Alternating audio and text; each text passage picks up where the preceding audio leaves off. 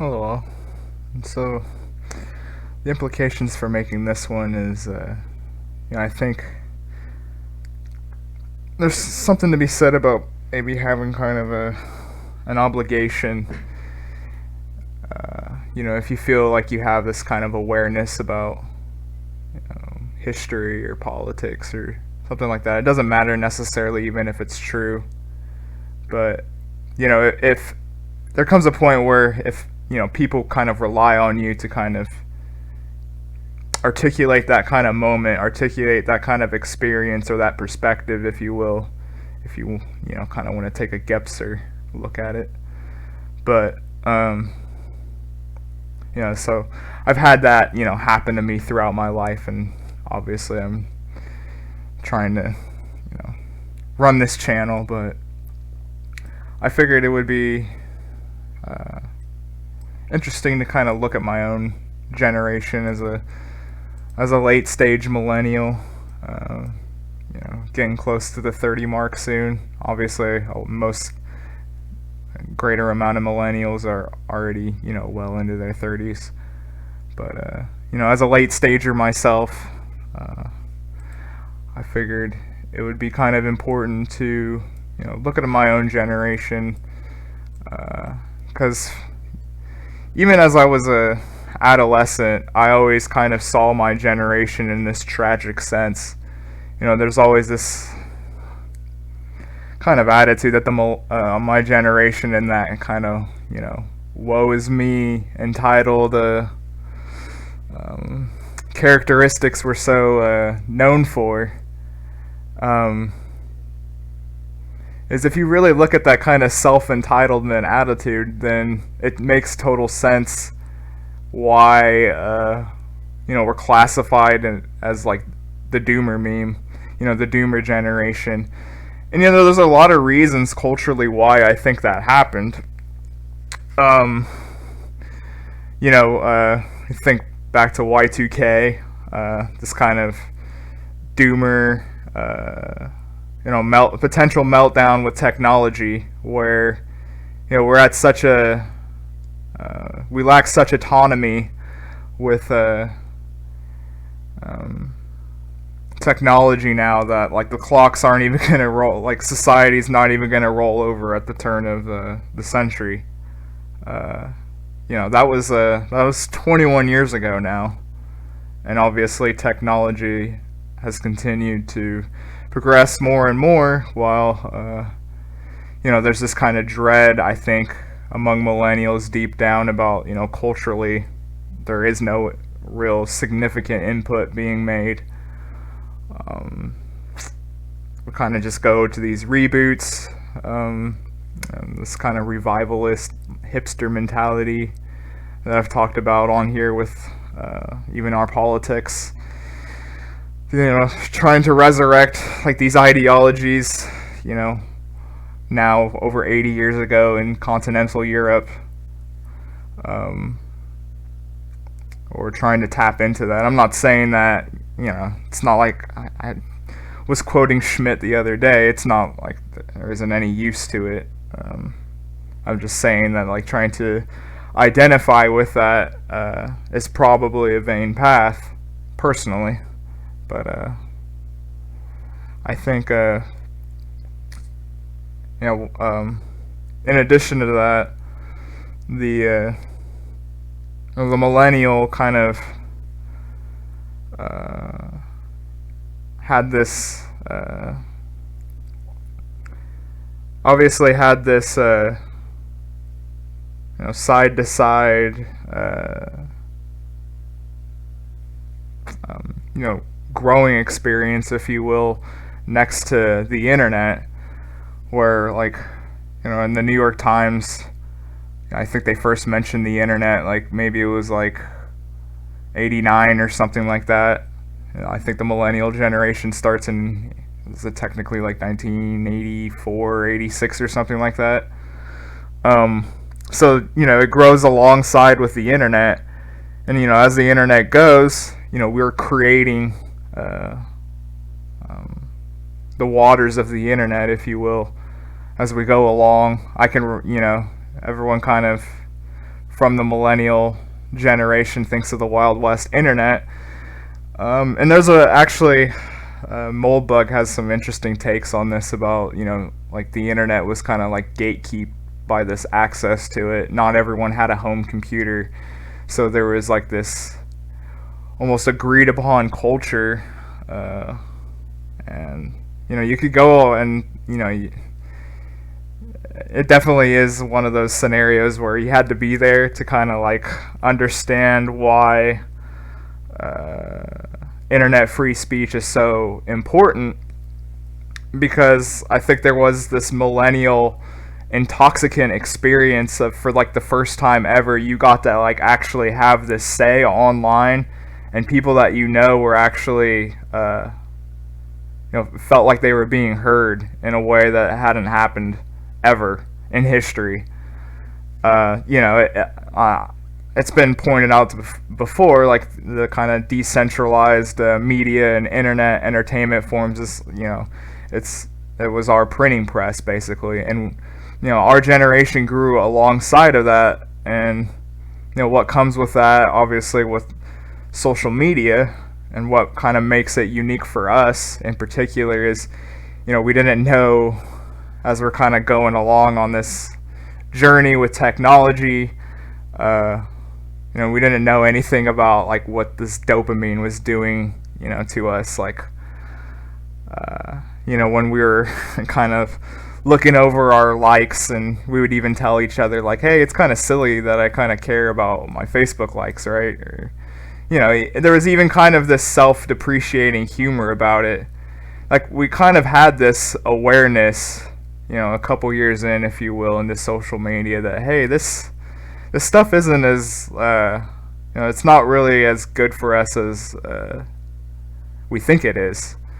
And, there seems to be, maybe not ulterior motives, but, things are happening to us in ways that we didn't expect when we first signed up for this stuff. When we got to these terms of service, I think there was some extra baggage within that we didn't know we signed up for. And, I think that will be unique for our generation, in that I think Gen Z kind of, it could be said that they just have this, like, I think the thing with the millennial and like the hyper modern, if you looked at something like John David Ebert, is like the millennial, we have this awareness of that old world in a way, of like kind of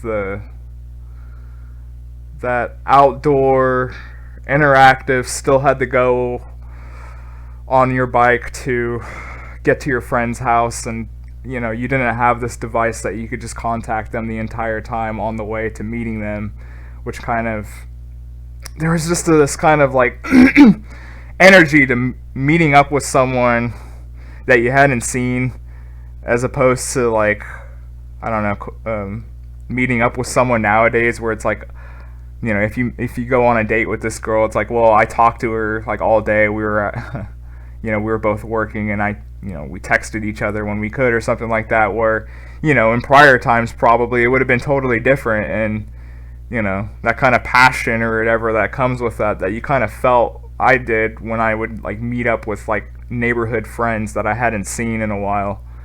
Whereas, obviously as we got older, it kind of changed when you had that dynamic of, I could just contact you in my room the whole time.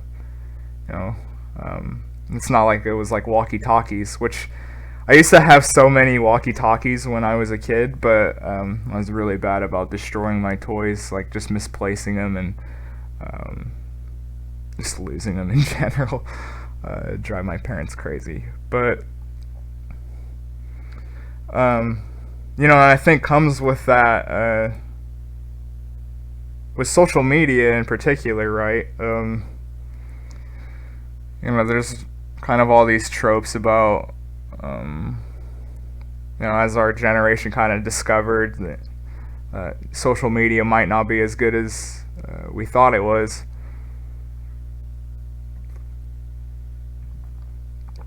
I think in some regards it kind of misses the point, though. I'm kind of in that camp that social media actually brought more of that inside of us that we didn't know that's there. I mean, you know, you can't just act like you don't have some kind of autonomy at some point. And so, like, it's not like these kind of dopamine, receptors and stuff doesn't come from within. Like, we could turn to, alcohol, or, in some cases people are, using alcohol while, using it to get notoriety on social media even. It's kind of like, drug on drug, if you will, a little cocktail. And take kind of the marketing algorithm strategies on these social media platforms. These are ultimately all products that we want, but we get thrown at us in such a, like a degrading way, if you will, that it just doesn't feel good.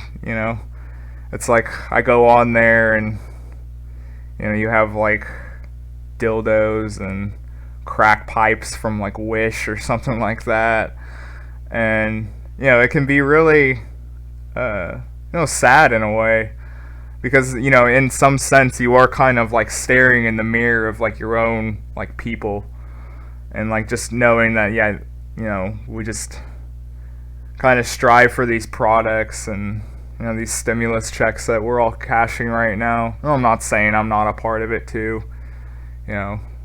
We just, I guess my friend went yesterday to Walmart, and there's just not a TV in sight, right? Like everyone just bought TVs, bought dildos, bought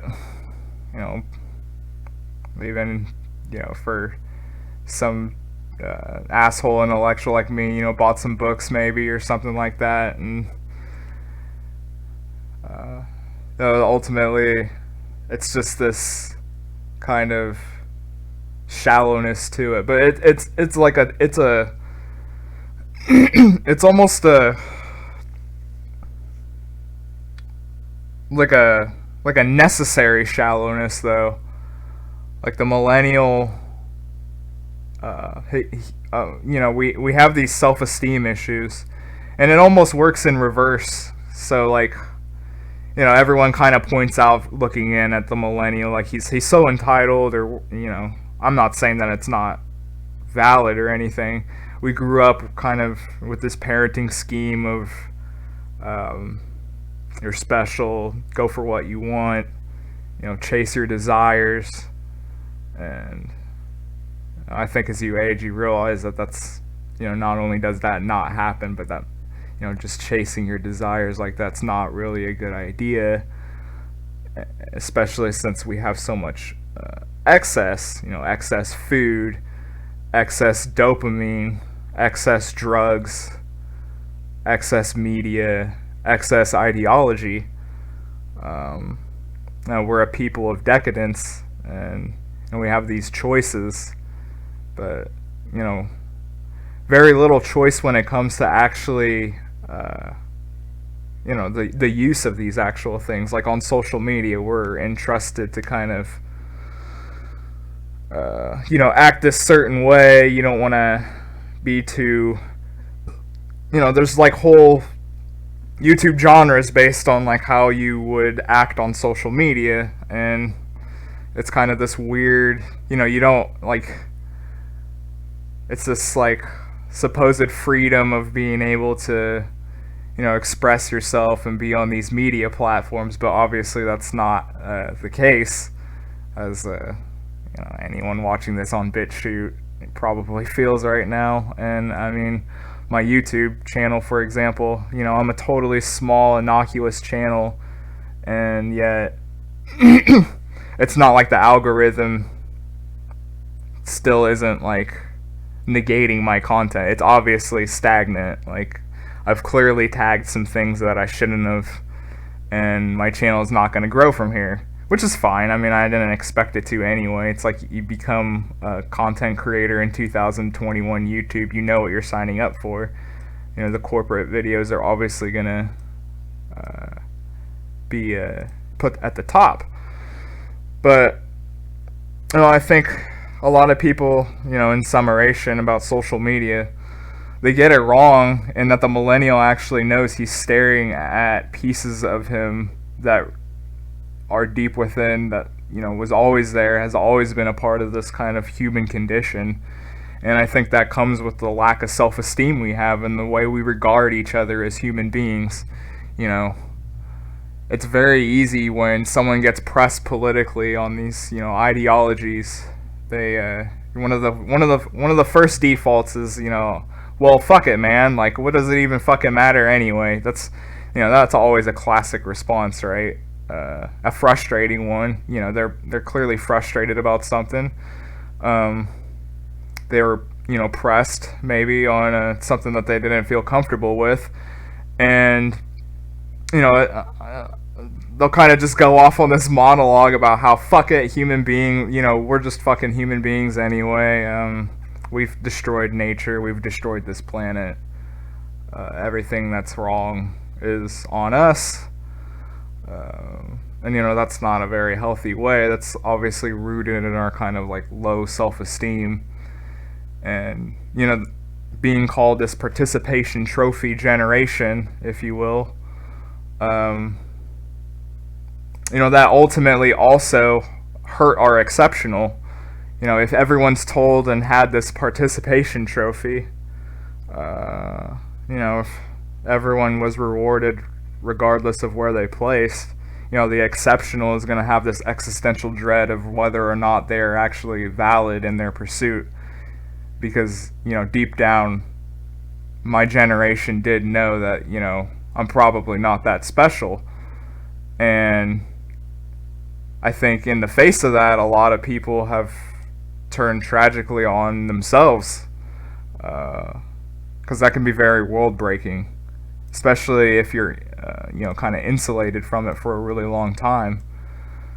And, I think that's why, in the end, especially politically, but culturally, and any way you slice it, I think my generation's really a lost people. We probably won't have very little to contribute in the greater scheme of things.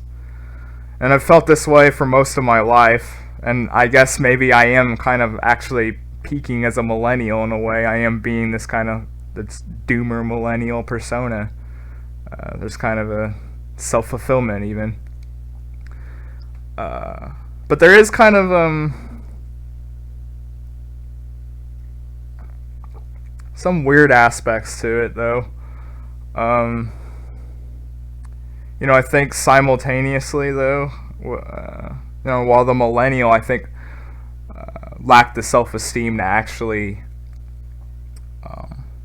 stand for anything in and of ourselves, the kind of analysis, we're kind of, in a way, creating this neurotic instruction manual for, I think, potentially future generations. Maybe, not so specifically to Gen Z in particular, but, I don't think it moves as fast as that. But, there is kind of this manic trait to the millennial, though, that I must say, where, like, at the same time, as we denigrate our own existence, think of some of these kind of ambitions, this world custodian, climate change trope, if you will, where we want to be like these world custodians, we want to be these preserver of human rights,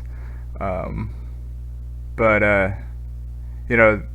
there's ultimately just this kind of like lack of actually understanding why we would even want to do these to begin with. It's just kind of this shallow, almost a social media like perch towards like history, if you will, of like, oh, we had these like values and like these goals and ambitions, but it, we very rarely did we like live by them. And I think through this pandemic, cynically you could say a lot of people what they were posting on social media didn't necessarily complement, how they were behaving in real life.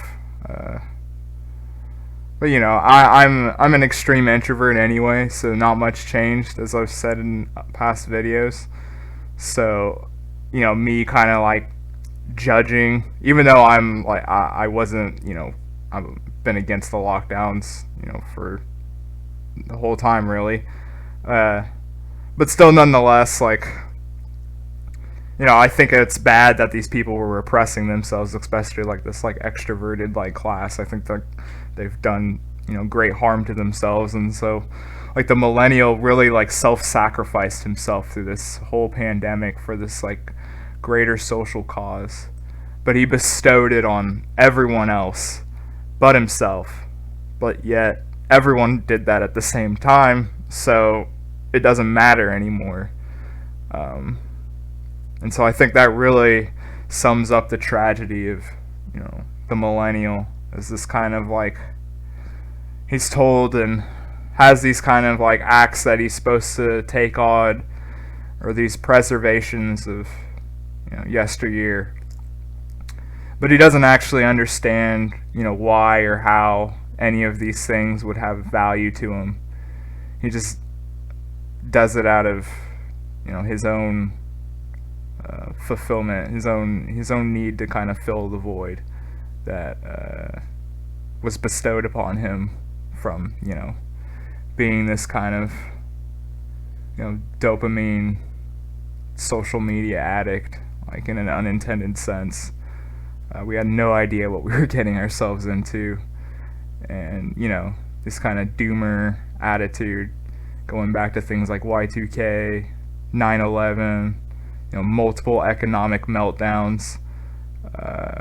It makes sense why our attitude would be the way that it is, and there also comes the tragedy of like, I think the millennial is one of the least equipped generations to actually deal with these, catastrophes.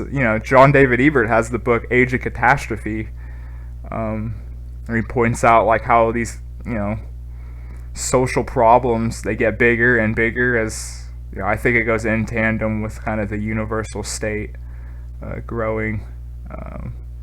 Regional problems, or everything's kind of a universal problem now. And obviously, as we have these ambitious people like Elon Musk and space exploration going forward, I think you could talk about galaxy problems eventually. That's not off the table. But yeah, I think I kind of just wanted to, take on the task of what I think it really is like to be a millennial and what it means to be, and trying to hold on that ambition of trying to articulate the kind of strife of your own generation, if you can. I think anyone who has that kind of awareness and is able to articulate themselves in a kind of way to do that should express themselves. So I think it's important. There's lessons to be learned that will probably fail along, like things. I think Scott Adams actually has a good point where he talks about the slow moving disaster. The disaster that we kind of see in the distance is not nearly as bad as just that sucker punch out of nowhere that nobody sees coming. I think that's kind of really telling from last year as a lesson as well. But yeah, thanks for watching, and that's going to do it for this one.